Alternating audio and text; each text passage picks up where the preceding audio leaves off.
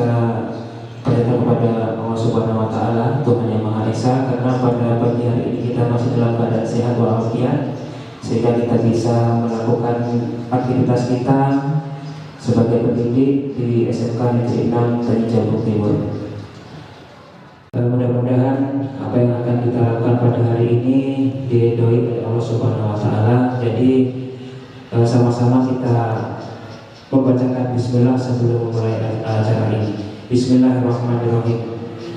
Yang kedua kalinya setelah salam, kita bosan-bosannya kita sanjungkan kepada junjungan Nabi besar kita Muhammad SAW, karena pada sampai saat sekarang ini kita masih hidup dengan tenang, ya, karena jalan yang telah diberikan oleh beliau. Mudah-mudahan kelak suatu saat kita mendapatkan syafaat dari di hari akhir nanti.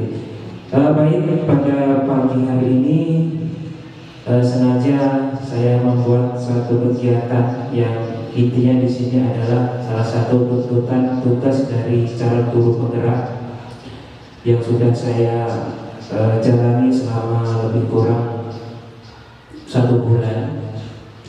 Sebelumnya di sini saya perkenalkan diri dulu. Nama saya Heru Keswanto dari dalam TGP ataupun calon guru penggerak angkatan 9 Tanjung Jabung Timur. Mudah-mudahan untuk kegiatan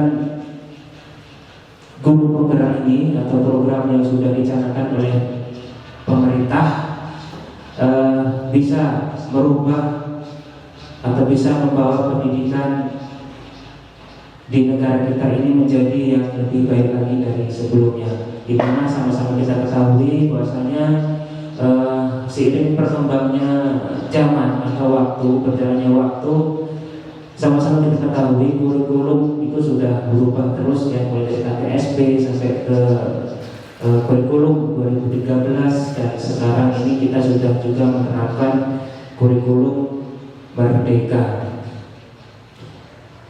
Di sini guru penggerak ini adalah salah satu kegiatan yang dicanangkan oleh pemerintah, yang mana nantinya setiap guru diberikan kesempatan untuk mengikutinya, ya, dan sudah ada contohnya saya, gitu ya. Jadi mudah-mudahan saya berdirinya di sini bisa memberikan motivasi kepada rekan-rekan yang lainnya untuk ikut program guru penggerak. Jujur saya sudah melaksanakan kegiatan diklat ini atau kegiatan program guru penggerak ini sudah lebih kurang 1 bulan. Sudah banyak hal yang sudah saya dapatkan. Terutama di situ adalah bagaimana sistem pembelajaran itu dilakukan di kelas dengan merujuk kepada filosofi Ki Hajar Dewantara. Ya, jadi yang sama-sama ketahui slogannya adalah Engarso Suntulodo Enmadia Manungkarso Tuturi Handayani, ya. Jadi intinya di situ adalah bagaimana sekarang pendidikan itu berpihak kepada murid. Jadi guru tidak lagi menjadi suatu objek yang mendominasi di kelas, akan tetapi di situ adalah siswanya yang justru mendominasi dan aktif, serta peran aktif kreatif di dalam kelas itu sendiri, yang mana guru hanya sebagai fasilitator saja, ya. Itu yang banyak dipelajari dalam program guru penggerak. Baik, di sini saya akan menyampaikan presentasi saya, ya, atau menyebarkan pemahaman tentang tugas daripada modul 1.4 tentang budaya positif. Ya, jadi saya minta pendapat dari Bapak Ibu atau salah satu dari Bapak Ibu untuk memberikan pemahamannya tentang apa sih yang dinamakan budaya positif itu, kan, tidak? Ada yang sudah pernah dengar nggak budaya positif itu? Kalau berbicara tentang budaya positif itu kita terbayang kemana, gitu? Apa yang kita bayangkan? Karena kita berbicara masalah budaya positif. memuji kira-kira apa Pak? Mengucap salam. Mengucap salam ya. Pak Haider mungkin ada pemahaman lain? Perilaku yang baik. Perilaku yang baik ya. Jadi betul Pak ya. Mengucapkan salam, perilaku yang baik itu bagian dari budaya positif yang ada di sekolah ya, yang mestinya harus ada di sekolah gitu. Jadi itulah budaya positif itu. Nah, jadi konsep ini budaya positif itu ada 8 ya. Di sini adalah yang pertama ada perubahan paradigma belajar, kemudian disiplin positif, nilai-nilai kebajikan, kemudian kebutuhan dasar manusia, kemudian motivasi perilaku manusia, posisi kontrol guru, kemudian keyakinan kelas dan segitiga restitusi. Ya, jadi apa yang akan kita harapkan untuk dunia pendidikan suatu saat atau mimpi kita untuk pendidikan yang ke depan itu adalah bagaimana caranya di sekolah-sekolah itu menerapkan suatu budaya positif seperti apa yang telah saya sampaikan di yang sebelumnya tadi. Jadi perubahan paradigma belajar, ya ini juga sudah saya sampaikan sebelumnya, bahwasanya sekarang itu siswa itu terus berdominasi harusnya dalam kelas daripada guru. Jadi guru istilahnya sebagai fasilitator saja. Ya, jadi perubahan paradigma belajar yang sebelumnya kita ceramah melulu ya, lebih baik kita nanti kita rubah untuk menjadi suatu keadaan kelas, suasana kelas ya aktif muridnya daripada gurunya. Gitu. Kemudian disiplin positif juga, jadi hal-hal yang yang diharapkan untuk selalu menghargai waktu, kemudian menghargai pekerjaan, menghargai orang lain, itu juga masuk ke dalam kategori disiplin positif. Kemudian ada nilai kebajikan juga, jadi itu adalah nilai-nilai yang ideal. Yang ideal itu artinya adalah nilai-nilai yang bagus yang mesti kita terapkan dalam kehidupan sehari-hari, yang kebajikan. Kemudian kebutuhan dasar manusia, jadi nanti kita juga akan sampai di situ, sampai ke segitiga restitusi. Pembelajaran dengan paradigma baru yang pertama. Jadi yang pertama tadi paradigma belajar yang baru. Pembelajaran dengan paradigma baru itu merupakan pembelajaran yang dirancang berdasarkan prinsip berdiferensiasi ya, sehingga para peserta didik belajar sesuai kebutuhannya berdasarkan tahap perkembangan sesuai teori psikologi modern untuk mewujudkan profil belajar Pancasila. Ya, jadi sekarang ini yang kita nantikan ya, yang kita harapkan itu adalah tentang profil pelajar Pancasila. Jadi untuk kurikulum Merdeka ini lebih condong, lebih mengarah kepada profil belajar Pancasila. Nah, jadi apa saja profil belajar Pancasila itu? Yang pertama adalah beriman pertama kepada Tuhan Yang Maha Esa dan berakhlak mulia, kemudian berkebinekaan global, bergotong royong, kreatif, bernalar kritis dan mandiri. Nah, ini yang kita harapkan adalah siswa-siswa kita sekarang ini harus mempunyai 5 profil. Ada 6 profil ya, 6 profil yang mestinya harus ditumbuh kembangkan di dalam karakter siswa atau anak-anak siswa kita sekarang.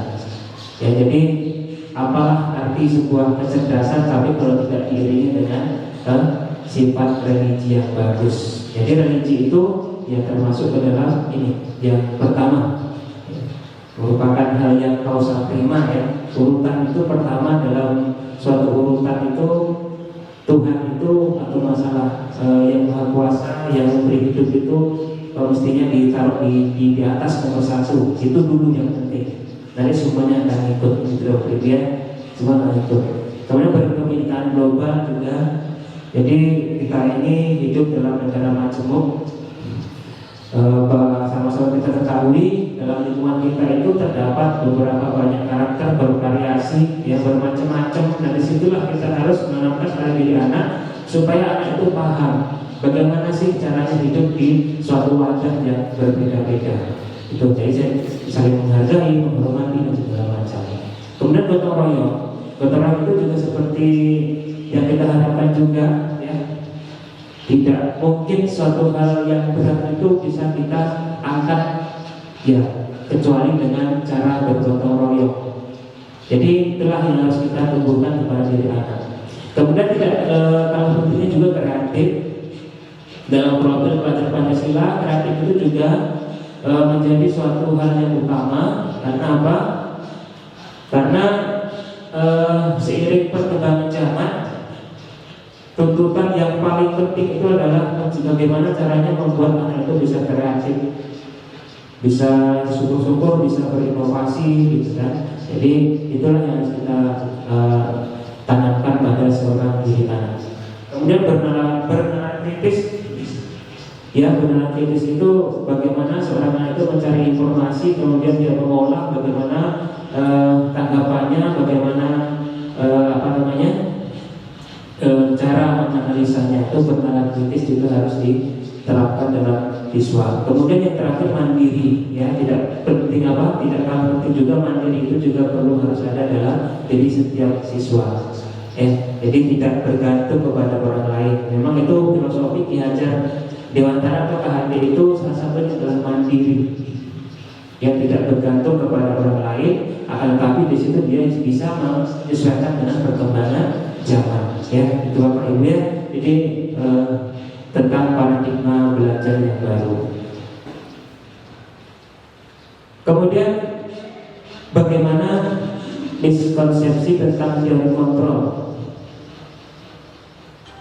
Jadi ilusi guru mengontrol murid, ilusi bahwa semua akan positif, afektif dan bermanfaat. Bagaimana ilusi bahwa kritik dan membuat rasa bersalah mampu menguatkan karakter, dan ilusi bahwa orang dewasa berhak untuk memaksa. Nah, inilah yang akan kita yang ada dalam diri kita sebagai seorang pendidik. Bagaimana kita caranya mengontrol keadaan murid, ya, bahwa sama-sama kita ketahui murid itu merupakan suatu istilahnya ya, kalau dalam menurut KHD itu profesi kita itu sama juga dengan Pak Tani ya. Pak Tani, jadi kita dalam suatu lahan itu bagaimana kita menanam suatu bibit jagung itu yang nanti buahnya jagung juga. Tidak mungkin nanti kita tanam jagung buahnya ubi ya. Jadi harus nyambung. Nah, itu perlu kita harus kita seiringi dengan kontrol, bagaimana kita mengontrol itu. Nah, jadi penting juga. Nah, seperti ini, bagaimana mengubah paradigma stimulus respon untuk menekan teori kontrol. Stimulus responnya realitas kebutuhan kita sama. Dalam teori kontrol realitas kebutuhan kita berbeda. Kemudian semua orang melihat yang sama, setiap orang melihat gambaran yang berbeda. Responnya, kontrolnya berbeda. Responnya sama, kontrolnya berbeda. Kemudian responnya kita mencoba mengubah agar mereka berpandangan sama dengan kita. Teori kontrolnya kita berusaha memahami pandangan orang lain tentang dunia. Kemudian stimulus responnya, perilaku buruk dilihat sebagai suatu kesalahan. Untuk teori kontrolnya, semua perilaku memiliki tujuan. Kemudian orang lain yang bisa mengontrol saya, hanya Anda yang bisa mengontrol diri Anda. Kemudian saya bisa mengontrol orang lain. Untuk teori kontrolnya, Anda tidak bisa mengontrol orang lain. Kemudian pemaksaan Anda pada saat wujudan gagal, kolaborasi dan konsensus menciptakan pilihan baru.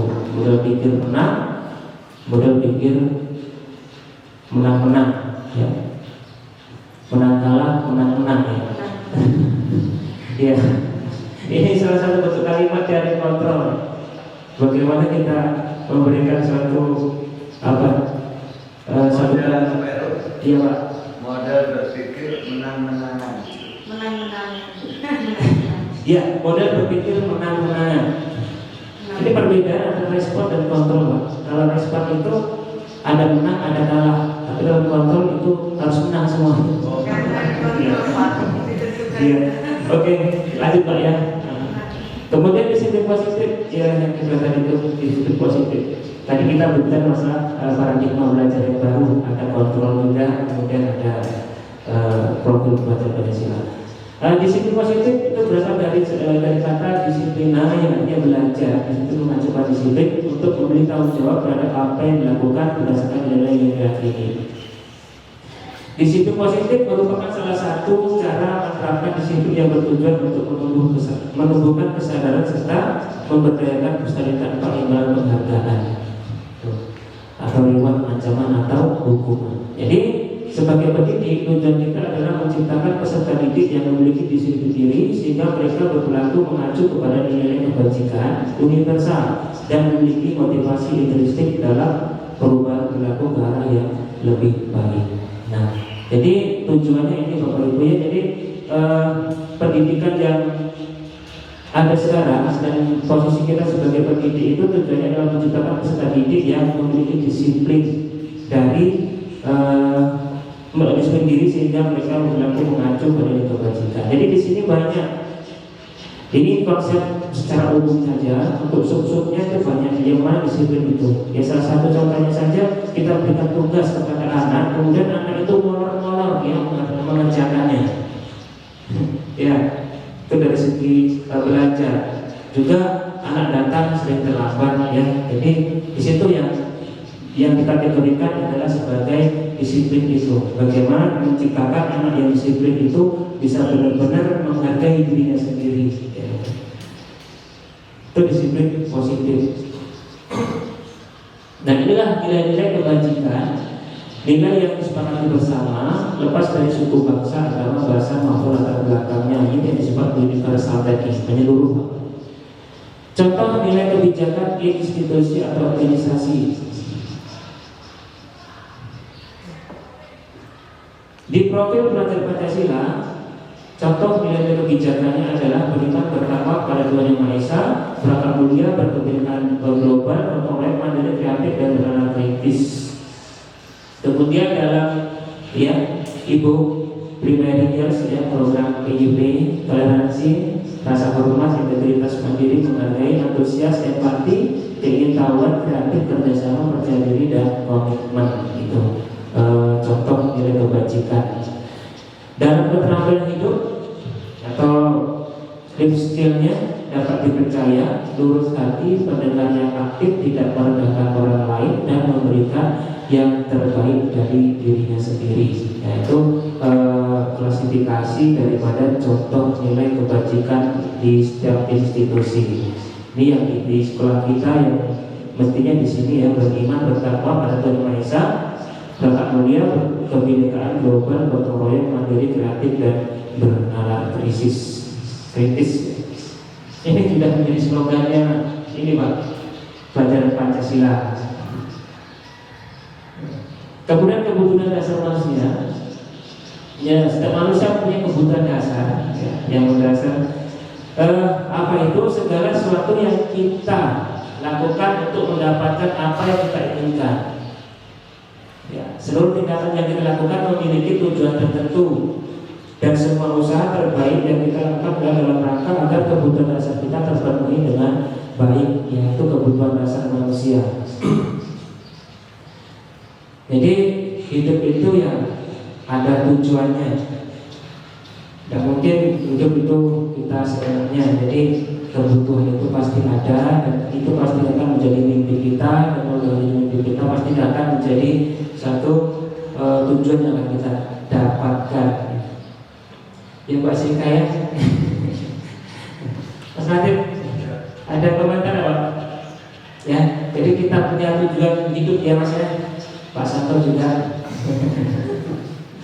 Ya. Jadi ini Pak, tujuan hidup itu yang dapat mendapat apa yang kita inginkan. Seluruh tindakan kita lakukan memiliki tujuan tertentu. Ya, dari pendidikan ya kita harus mencapai suatu profil belajar Pancasila, dan itu dalam kehidupan kita sehari ya sesuai dengan bidang kita apa ya Mas ya. Ya, jadi Ya tujuan hidup itu adalah bagaimana kita mendapatkan suatu hal-hal yang sesuai dengan nilai-nilai kebajikan. Ya, kita kan tidak mau juga kita mempunyai tujuan hidup itu dalam pendidikan kita mempunyai tujuan untuk membuat anak yang tidak sesuai dengan nilai kebajikan, nggak mungkin ya. Jadi semua apa yang kita lakukan di pendidikan harus sesuai dengan nilai kebajikan. Seperti yang telah saya terangkan sebelumnya tadi itu ya. Dengan merubah paradigma belajar yang baru dengan melalui sistem kontrol, sistem pengontrolan dan segala macamnya tadi itu. Ya, jadi itu kebutuhan dasar manusia. Nih, yang Bapak Haider tanyakan itu apa saja 5 kebutuhan dasar manusia? Yang pertama adalah bertahan hidup. Ya Pak, bertahan hidup Pak. Jadi ada makanan, ada pakaian, ada tempat tinggal, keamanan dan kesehatan. Ini yang perlu kita apa ya? Kita dapat ya bertahan hidup. Ya pesan saya semata-mata hidup kita di dunia adalah untuk bertahan hidup. Ya kalau tak hidup tidak ada artinya. Ya. Dan yang kedua, kasih sayang darah saya diterima. Kasih sayang darah saya diterima. Diterima ini dipedulikan ya, berbagi, bekerjasama menjadi bagian dari kelompok. Nah ini yang saya salut yang mesti kita pertahankan di sekolah kita, di literasi kita, ya rasa kasih sayang dan rasa diterima kita saling bekerjasama. Saya tadi juga mengucapkan terima kasih kepada rekan Pak Syahrul dan Bapak Ardi bisa membantu saya untuk melakukan dokumentasi kegiatan saya ini. Itu salah satu bentuk kerjasama yang bagus ya. Mudah-mudahan apa yang kamu lakukan apa yang Bapak lakukan diberkahi oleh Allah Subhanahu wa taala ya Mas Adi ya. Amin. Itu yang perlu kita tanamkan ya. Di sini juga kita tanamkan pada seorang siswa juga bagaimana siswa itu kita berikan satu kasih sayang yang merasa diterima. Kita tidak boleh membeda-bedakan, kita tidak boleh diskriminasi terhadap siswa itu. Jadi kita menerima bagaimanapun keadaan kebutuhan siswa. Kemudian ada kebutuhan dasarnya penguasaan, harga diri, keinginan untuk dianggap, memimpin, berprestasi, diakui dan didengar. Itu penguasaan. Bagaimana kita menguasai diri kita sendiri, ya, memberikan suatu pemahaman bagaimana kita itu bisa menjaga diri kita sendiri, ya, gitu. Jadi selain kita hidup sosial, kita juga punya tujuan hidup sendiri dan mandiri. Nah, ini yang akan kita tanamkan kepada diri anak tadi itu. Kemudian kebebasan, ya. Nah sekarang ini adalah bagaimana kita memberikan suatu kebebasan, tapi di situ adalah kebebasan yang bertanggung jawab. Ya. Jadi tidak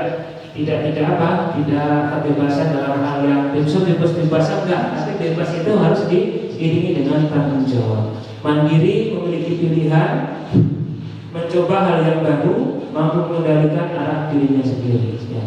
Bebas, kita tak boleh mengekang anak, kita tidak boleh mengekang siswa. Jadi berikan suatu kebebasan untuk berekspresi, yang mengekspresikan dirinya. Kemudian itu tentunya adalah bidang belajar. Makanya kita memberikan kesempatan merdeka belajar kepada anak-anak supaya aktif di kelas itu. Kemudian yang selanjutnya kesenangan, bermain, humor, antusiasme dan tertawa. Ini 5 kebutuhan dasar manusia. Jadi Bapak dan Ibu nanti bisa menerapkan dalam kehidupan sekolah kita sesuai dengan tujuan program Pancasila dan merujuk kepada filosofi Ki Hajar Dewantara. Motivasi perilaku manusia, ya, untuk menghindari ketidaknyamanan, mendapatkan imbalan, menjadi orang ingat dan menghargai diri sendiri dengan nilai-nilai mereka yang percaya. Bapak Ibu mungkin juga pernah melakukan ya suatu hal itu karena menghindari ketidaknyamanan. Jadi tidak nyaman itu maksudnya bertentangan dengan hati gitu ya. Misalkan ada jam kemudian tidak masuk itu tidak nyaman kita, walaupun kita duduk di kantor ya.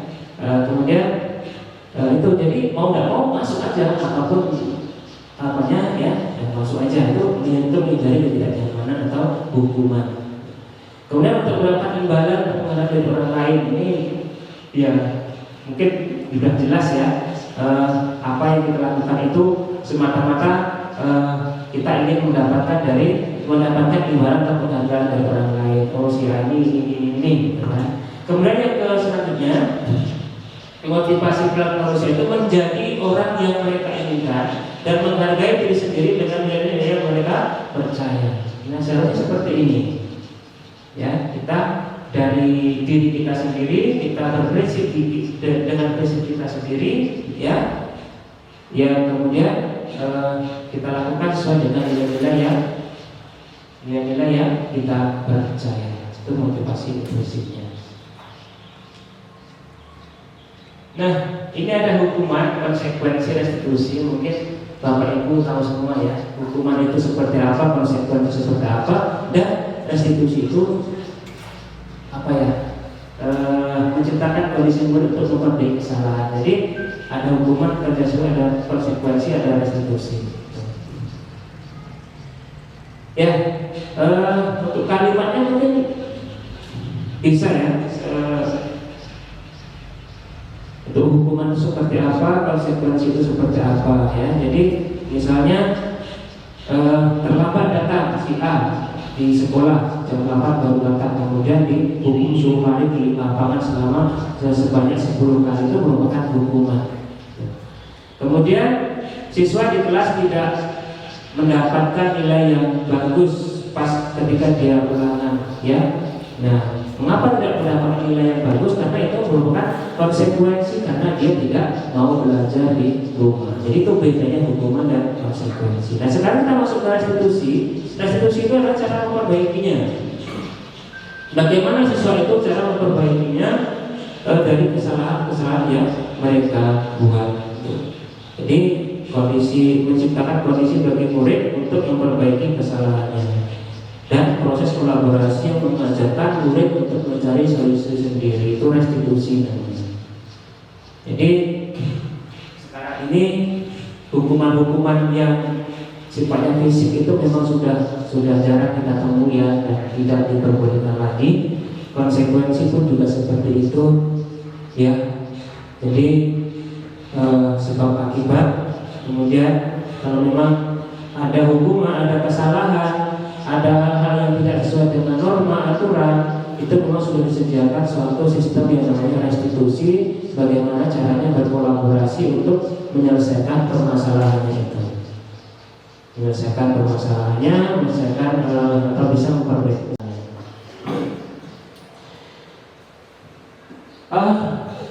Ada juga yang istilahnya posisi kontrol guru ya.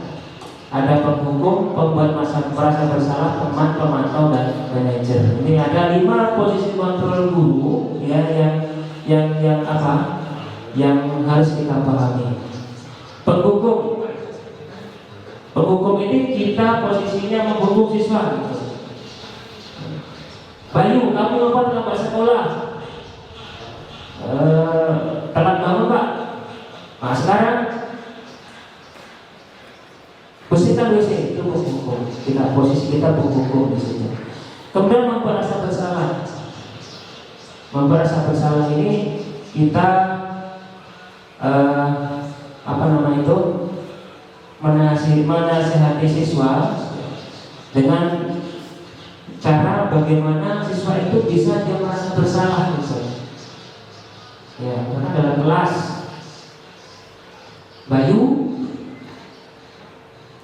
kamu kenapa ribut terus di kelas? Nanti kalau kamu ribut terus di kelas, pembelajaran kita tidak efektif, Bapak akan marah sama kepala sekolah. Jadi itu posisi guru membuat rasa bersalah di situ. Nah, kemudian teman, ya, jadi ini juga teman ini memposisikan kita dengan siswa menjadi teman. Tidak ada masalah, ya, tidak ada masalah. Jadi itu sudah satu hal yang banyak dilakukan sekarang. Jadi penghukum contoh kalimatnya, hormat pada pelajaran selama 1 jam. Berapa kali Bapak Ibu harus memberitahu kamu? Kamu selalu saja mengusulkan Bapak Ibu itu membuat merasa bersalah. Jadi Bapak saya sampaikan, kamu nanti kalau nggak belajar Bapak kena marah sama kepala sekolah karena kondisi kelas tidak efektif. Bentar, Bel. Iya Pak. Saya balik yang saya. Iya Pak ya. Nah, 5 posisi kontrol itu, apa kelima itu kita terapkan? Iya. Atau kita ada di antara 5 itu yang bisa kita terapkan? Oke, iya Pak. Di sini tidak harus semua kita terapkan. Yang penting salah satu dari kontrol ini bisa membawa siswa itu ke arah yang lebih baik.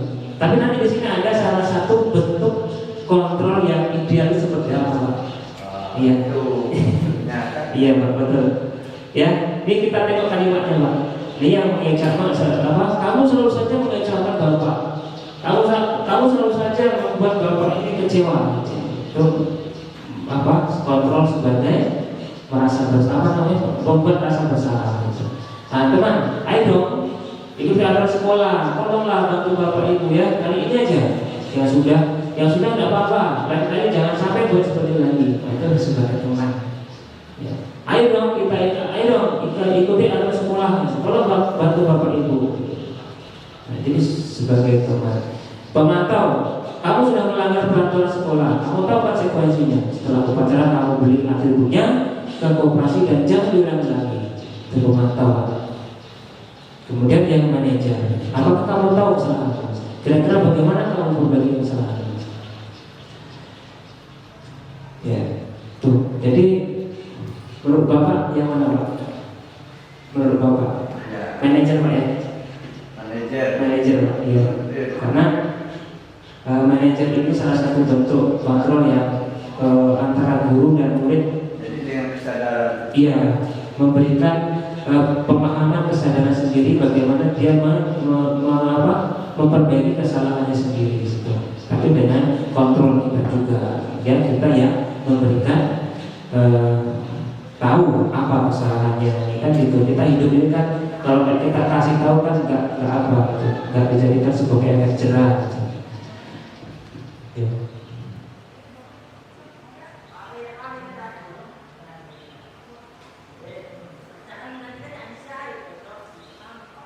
Ya, kemudian ada juga namanya keyakinan kelas. Keyakinan kelas ini bagaimana kita membuat suatu kesepakatan terhadap kelas, terhadap siswa kita di kelas. Misalnya nanti kelas kita buat suatu keyakinan harus salah satu adalah menghormati kawan yang lain, menghormati orang lain gitu ya. Jadi supaya dalam kelas itu memang benar-benar timbul suatu pemahaman terhadap siswa itu tidak melakukan hal-hal yang di luar yang kebajikan. Jadi kalau misalnya kelas itu tidak terkontrol, maka itu keyakinan kelasnya belum ada, bisa dikategorikan seperti itu. Jadi kalau kelas itu sudah diadakan keyakinan kelas, nanti siswa akan terikat di situ dan akan menjadi kelas yang bagus. Nah, ini cara-caranya, ya, ciri-cirinya abstrak itu tidak tertulis ya, cuma dalam bentuk kesepakatan saja, gitu ya. Kemudian positif pernyataannya, kemudian diingat, ya kalimatnya dikit-dikit saja, nggak usah kayak apa panjang-panjang gitu ya. Jadi harus singkat, padat dan jelas dan mudah diingat. Kemudian sebuah keseluruhan kelas dilibatkan sama keyakinan kelas. Semuanya kita tanpa terkecuali membuat keyakinan kelas. Ya tentunya kalau dalam membuat keyakinan kelas itu harus ada suatu ada urutannya. Ya bisa ke konsultasi kepala sekolah dulu, ke bidang kesiswaan dan sampai dengan guru-guru dan rekan sejawatnya. Nah ini Pak Edir yang kemudian Bapak tanya tadi itu dalam melakukan suatu perbaikan suatu kesalahan itu menggunakan segitiga restitusi ya. Apa itu segitiganya? Yang pertama menstabilkan identitas, kemudian validasi tindakan yang salah dan menanyakan keyakinan. Tuh. Mengapa kok kamu selalu buat seperti itu? Jadi satu proses dialog yang dilakukan oleh guru agar dapat menghasilkan murid yang memberi dan bertanggung jawab. Tuh, Pak. Tuh. Yang pertama menstabilkan identitas. Yang menstabilkan identitas yang pertama, berdasarkan prinsip ini membuat kesalahan adalah sebagian dari proses pembelajaran. Jadi di kalimatnya, berbuat salah itu wajar, karena itu manusia, gitu ya. Tidak ada manusia yang sempurna, pasti ada cacatnya. Kemudian bapak ibu juga pernah melakukan itu, ya. Bapak ibu juga pernah melakukan itu. Memberikan apa? Ibu tidak, bapak dan ibu tidak mau cari siapa yang salah, tapi bapak ingin mencari solusi dari permasalahan ini. Ya. Bapak tidak mau cari siapa yang salah, sekarang saja solusinya. Kalau kamu berhak merasa begitu, itu adalah menstabilkan identitas. Kita stabilkan dulu permasalahannya, kemudian kita masuk ke validasinya seperti apa, ya. Validasinya itu bagaimana berupaya memenuhi suatu kebutuhan tertentu. Kamu pasti punya alasan mengapa kamu melakukan hal itu, ya. Padahal kamu bisa melakukan yang lebih buruk dari ini. Kamu patut bangga karena telah melindungi sesuatu yang penting buat kamu. Di kelas contohnya, si A pas belajar diganggu si B. Nah, kemudian ketua kelasnya melapor ke gurunya. Pak, itu berkelahi Pak si A sama si B, kan? Akhirnya gurunya manggil si A datangkan ke kantor. Jadi di situ diselesaikan permasalahan menggunakan segitiga restitusi tadi itu, ya. Jadi itu ada tahap-tahapannya. Sampai ya, kamu lakukan karena mempertahankan sesuatu yang penting bagimu. Kamu ngapain melakukan itu tadi? Ya itu aja dong Pak, saya diganggu terus, saya kan tinggal pelajaran gimana coba? Jadi itu salah satu bentuk validasi tindakan yang salah. Kemudian menaikkan keyakinan. Yang ketiga, yang terakhir, menaikkan keyakinan itu kamu ingin menjadi orang yang seperti apa? Bisa tidak besok dirubah itu lagi? Jangan lakukan itu lagi, ya. Karena kalau melakukan itu lagi berarti tahu konsekuensinya apa. Ini contoh yang sudah saya praktekkan kemarin. Ya, tidak bisa diklik Mas. Ini yang di atas ini kenapa suaranya enggak begitu ayo.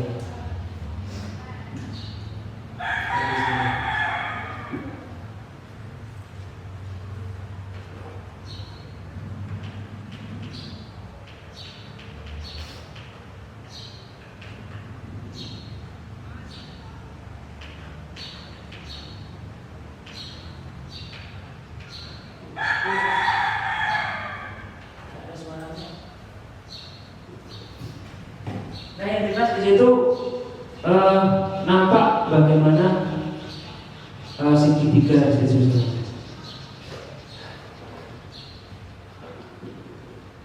Baik, di situ selesai untuk masalah ini budaya positif Bapak Ibu. Kalau ada tanggapan, mohon. Ada tanggapan atau masukan atau pertanyaan gitu Pak? Ada sebenarnya. Ada Pak ya, sedikit aja. Sedikit aja Pak.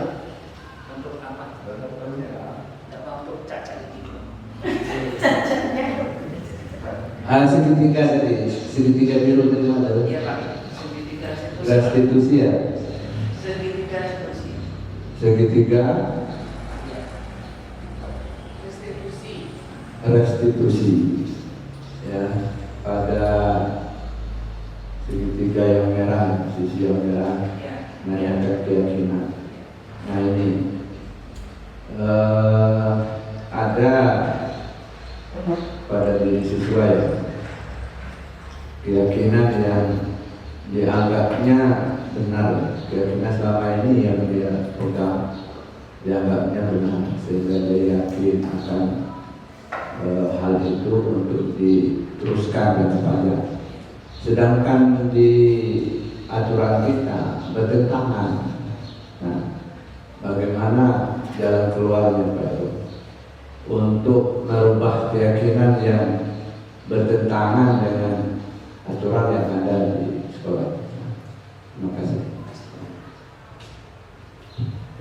Ya, terima kasih atas tanggapan pertanyaan Bapak tadi itu tentang restitusi segitiga diskusi tentang keyakinan, menanyakan keyakinan, itu tentang keyakinan yang tidak sama dengan di antara kita.